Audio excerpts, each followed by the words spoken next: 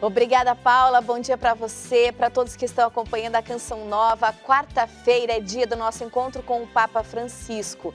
Na catequese de hoje, o Papa alertou: cuidado com o mito da eterna juventude. As rugas são o símbolo da vida. Já já o Túlio Fonseca conta todos os detalhes.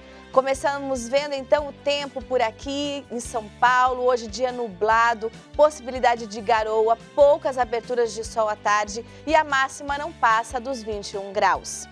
Aqui no CN Notícias você confere as principais notícias desta manhã. Aqui em São Paulo começa hoje uma feira do livro ao ar livre. Você sabia que hoje é o Dia do Oceano? Como estamos tratando a casa de milhares de espécies marinhas? Na Terra Santa, a fé de Pedro às margens do Mar da Galileia. E conheça ainda o novo bispo que o Papa nomeou hoje para o Brasil, Dom Maurício da Silva Jardim. Vamos agora para um breve intervalo com imagens do céu de Belém. Na capital do Pará, os termômetros ficam entre 21 e 31 graus.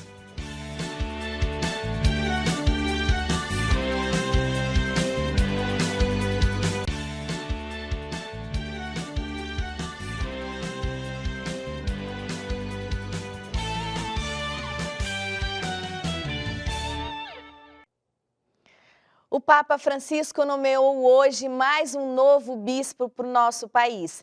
Em Roma, o Túlio Fonseca tem as informações direto do Vaticano. Ele comenta também a catequese desta quarta-feira. Francisco afirmou que os idosos são mensageiros do futuro. Bom dia, Túlio.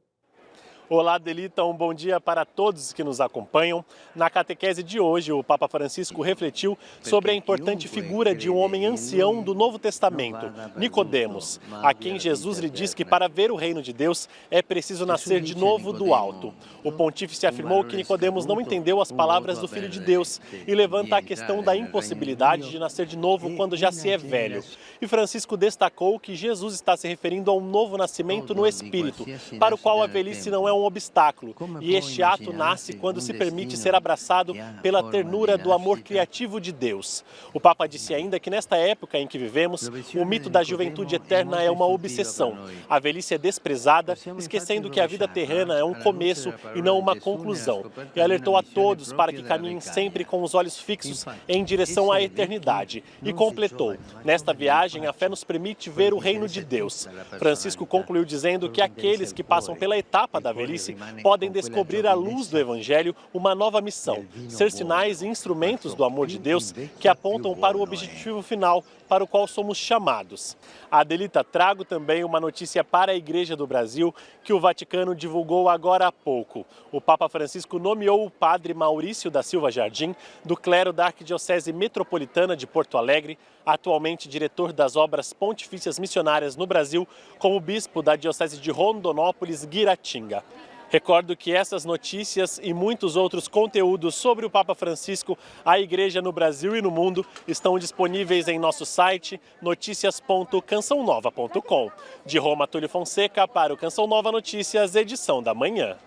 Obrigada, Túlio. E uma campanha internacional pela paz está entre os destaques estrangeiros desta quarta-feira.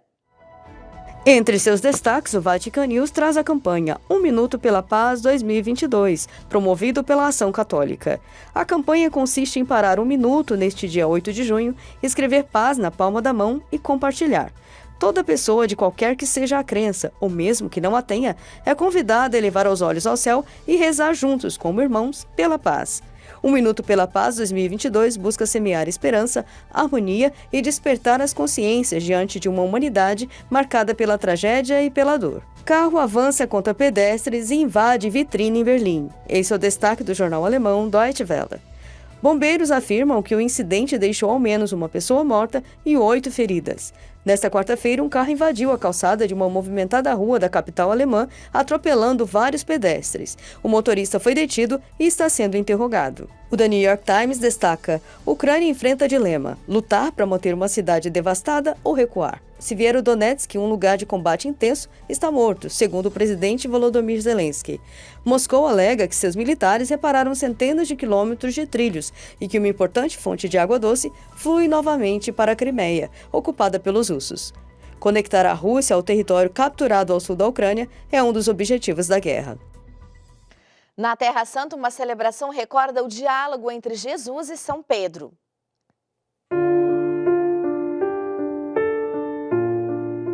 É noite no lago de Tiberíades, uma noite como aquela em que Pedro e os outros discípulos saíram para pescar e nada pegaram, até o amanhecer, quando Jesus apareceu a eles e, depois da pesca milagrosa, ofereceu-lhes algo para comer.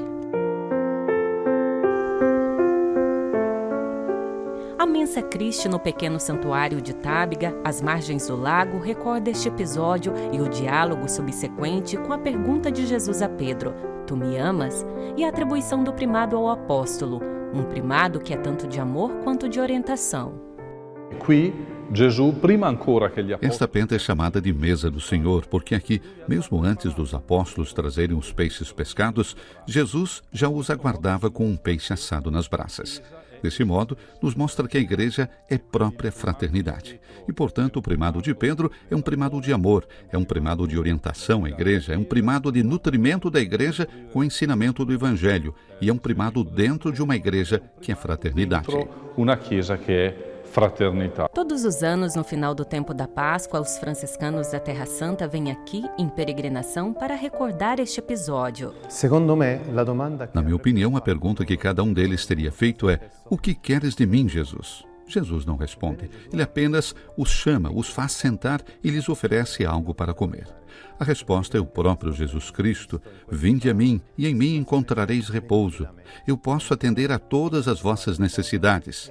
Para nós é o mesmo. O que queres de nós, Jesus? E ele responde: venham a mim, porque posso suprir todas as vossas necessidades. Que eu posso exaudir tutti i vostri bisogni.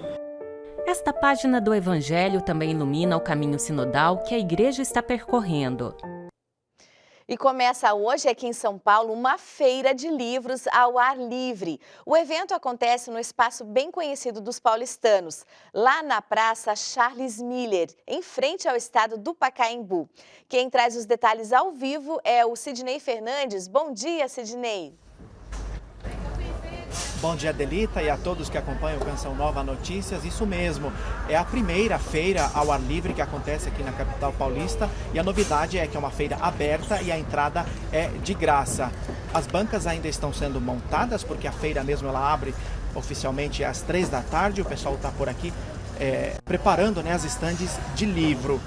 A venda de livros aumentou 7% no primeiro trimestre deste ano, mas ainda assim o brasileiro lê em média pouco mais de 2 livros por ano. Por isso, feiras como essa costumam promover e incentivar o hábito da leitura. Eu converso agora com o Paulo Werneck, ele que é diretor-geral da feira. Bom dia, Paulo. A ideia desta feira é aproximar o leitor do autor. Exatamente, trazer o autor para perto do público e também dos editores, que são esses personagens secretos do livro, que a gente vai poder ver aqui na feira. Na maioria dos estandes você tem os próprios editores que fazem os livros, as equipes vendendo os livros. É um contato muito legal que a gente quer promover aqui. Tá certo. A gente lê em média pouco mais de 2 livros por ano. O que está faltando para que o hábito de leitura se torne prática aí do brasileiro? Olha, falta aquilo que todo mundo sabe, educação no Brasil e um governo que faça políticas públicas mais assertivas em torno do livro, De qualquer maneira, o que a gente quer fazer é colocar o livro na rua, trazer o livro para a praça pública. Isso é uma coisa que nós, como cidadãos, podemos fazer, está ao nosso alcance. Então aqui, a Feira do Livro é para isso, para chamar as pessoas. Quanto mais Feira do Livro, quanto mais biblioteca, quanto mais escola, tudo isso a gente vai ter um país de mais leitores, E aqui é só chegar e adquirir livros, é isso? É só chegar, As editoras estão aqui expondo a partir agora das 3 da tarde, depois nos próximos dias até domingo. E aí a programação é toda gratuita, programação de autores. Os livros vão estar sendo oferecidos e tem livro para todos os bolsos e todos os gostos. Tá certo, obrigado pelas informações. Então, só reforçando, a Feira do Livro segue até domingo. Hoje abre às 3 da tarde e a partir de amanhã, das 10 às 9 da noite. Aqui na Praça Charles Miller, pertinho do estádio do Pacaembu, em frente ao estádio do Pacaembu, na verdade. Adelita. Obrigada, Sidney. Que boa, oportunidade. E a seguir, uma reflexão sobre como estão os oceanos. A gente volta em 2 minutos, mas antes vê como está o tempo em Curitiba. Por lá, quarta-feira nublada, com possibilidade de garoa e temperaturas baixas. A máxima é de 13 a mínima é de 13 e a máxima não passa dos 19 graus.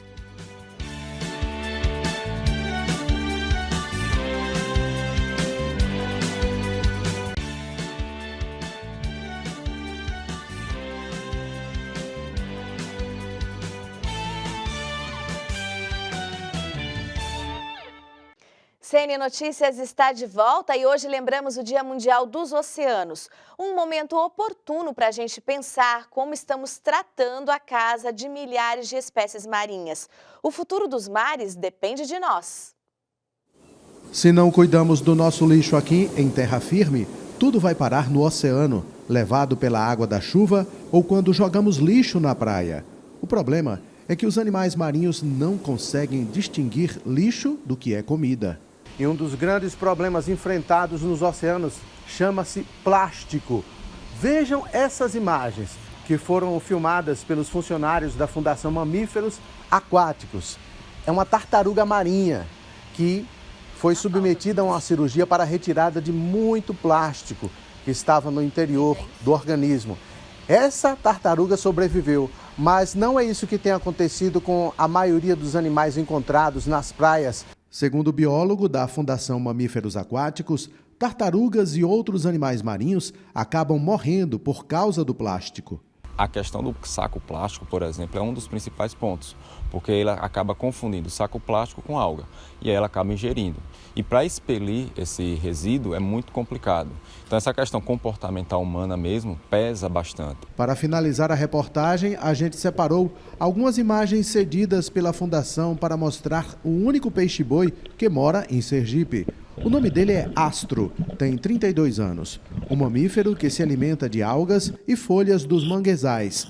Por ser muito dócil, se aproxima dos humanos. E essa aproximação causa risco para o animal. Recentemente ele acabou sendo, vamos dizer assim, atacado ou até mesmo machucado por conta de embarcações. E essas embarcações acabam provocando alguns danos nesses animais. Não pode alimentar o astro. Não, isso aí é a regra principal.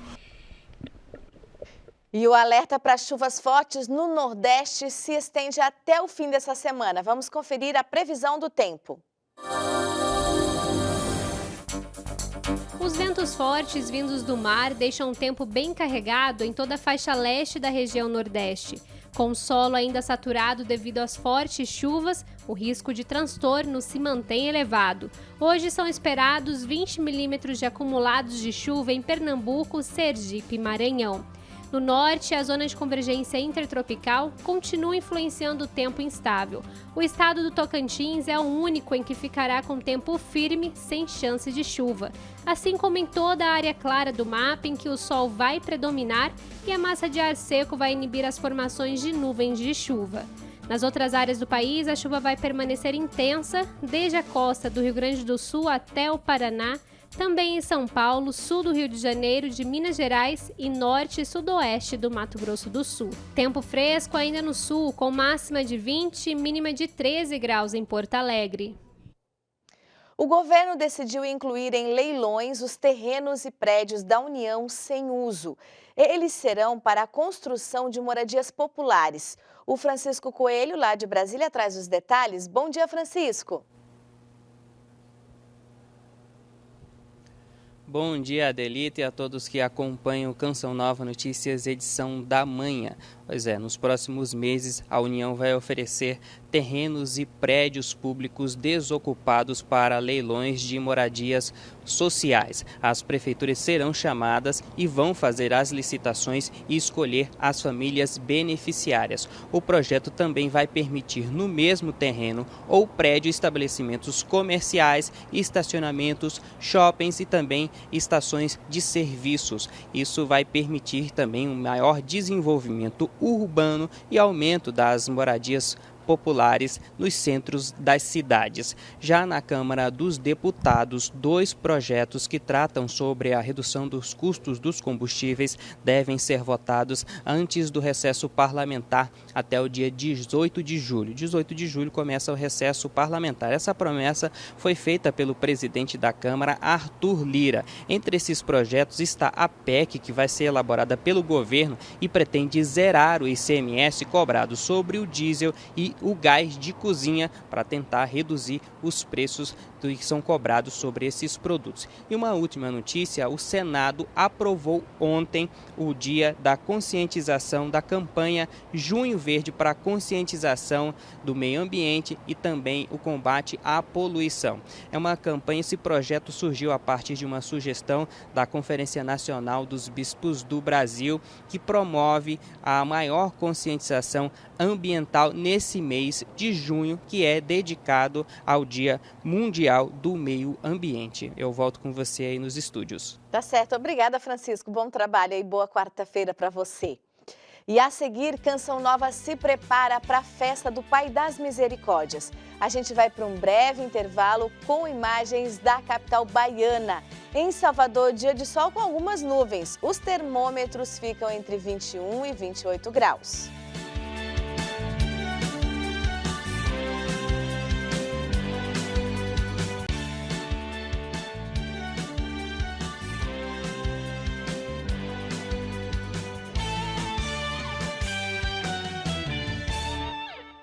No sul do Brasil, ações da Igreja Católica para ajudar os mais necessitados e as festas devocionais movimentam a região.